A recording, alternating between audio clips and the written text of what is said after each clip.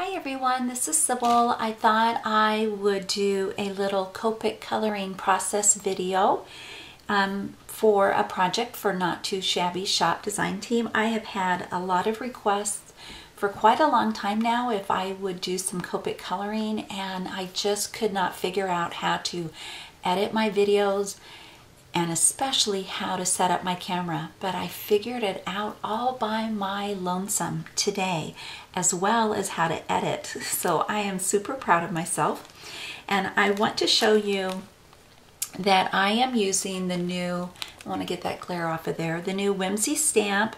This is my design team stamp for Not Too Shabby Shop for April, and it's Short Stroll. And let me show it to you colored up. And there she is, all colored. She's absolutely beautiful. And so I have her colored to use on a card. And I thought, what a great image to just share how I do some Copic coloring. I always ink my images with Memento Tuxedo Black ink. And my preference of paper is the Spectrum Noir paper. And so I'm just going to start here on the skin, and I'm going to use, where am I? There we go. E quadruple 0. Okay? Wrong end. And you'll just have to bear with me. Oh, I need to get on the camera. There we are. You'll just have to bear with me as I try to learn how to color in this different angle here. I don't have the best eyesight, so I always have to get close up to my images, but I'm going to do the best I can with it at a distance. So I'm just laying down the E quadruple 0. And I'm going to do her arms and her neck. I'm not going to do this whole image at this one sitting, and then from there I use, okay, come on, E21, and that will go on up underneath her hair here because she's going to have a natural shadow, and I'm coloring it with the light source coming in this direction. So the left side of her body is going to have more shading than the right will.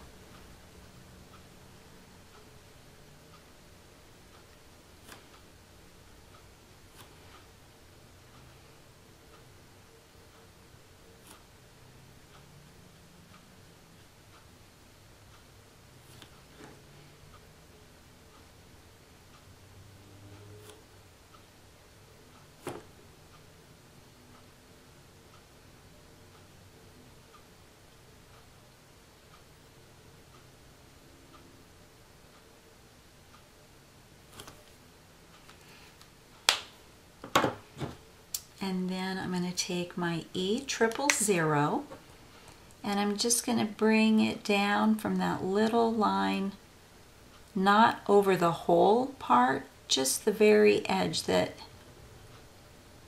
and my tip will just touch it barely, and I'm just blending it out, little strokes, and I'm going on the side, not straight up and down with my marker, but I'm using the side of it.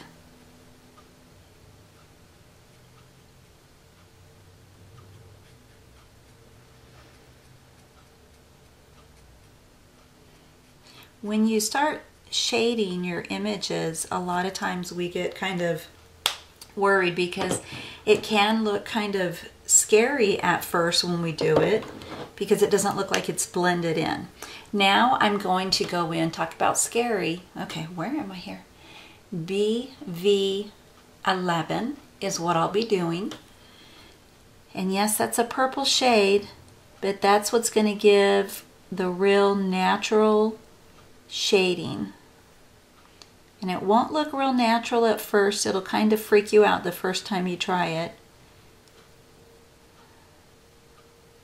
And see, I'm just putting minimal over on this side. But over here I'm going to add a little bit more again, just like I did earlier. So I'm just layering the color on top of what we already had down. Putting a little bit on her neck there, under her shirt sleeves there, because that will cast a natural shadow, and a little bit here and there. Now I'm going to go back over that with my E000, just like I did a while ago, and do that little flicking .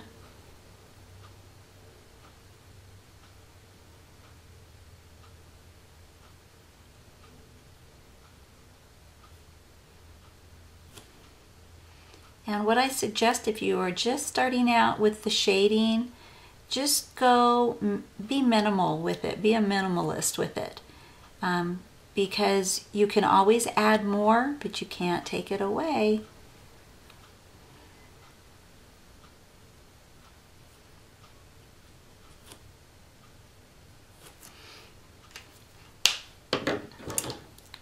All right, and I'm going to finish up her arms.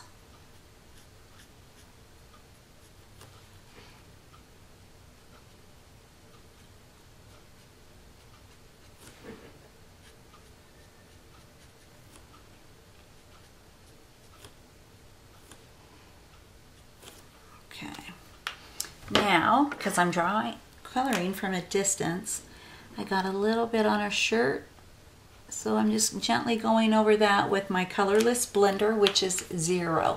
Okay, now we're going to go on to the blush, and I'm going to use R30 and lay down some color.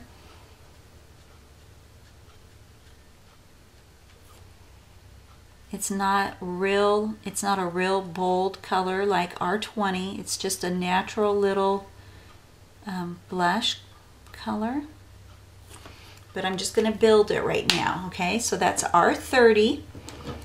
And then what I do, this is how I do blush, to where you don't have a demarcation line in between your strokes and the skin. Instead of going out with this like I did with all the other, I'm going to actually gently go into the blush. That's my little secret that I do. So it's not a secret anymore. Okay, and so now I'm going to add a little bit darker color here with the R11. And I am sorry, but there is a train going by. It's actually been like going back and forth on the track. And so I apologize if you hear the noise of that train. And again, I'm going to take my E000, and I'm using that one because it's the lightest color that I'm using for my skin. I use all different shades for my skin tones. And now what I'm going to do is I'm going to blend. And I'm going to bring all this down.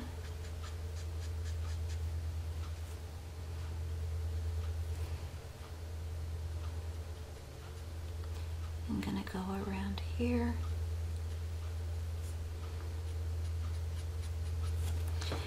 And so there you go.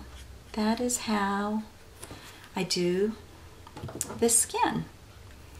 And when I come back on my next process video, because I don't want this to go over 10 minutes, I will do the hair. All right, that'll be part 2. Thank you guys so much for watching. Talk to you later. And don't forget, check out Not Too Shabby Shop. Bye-bye.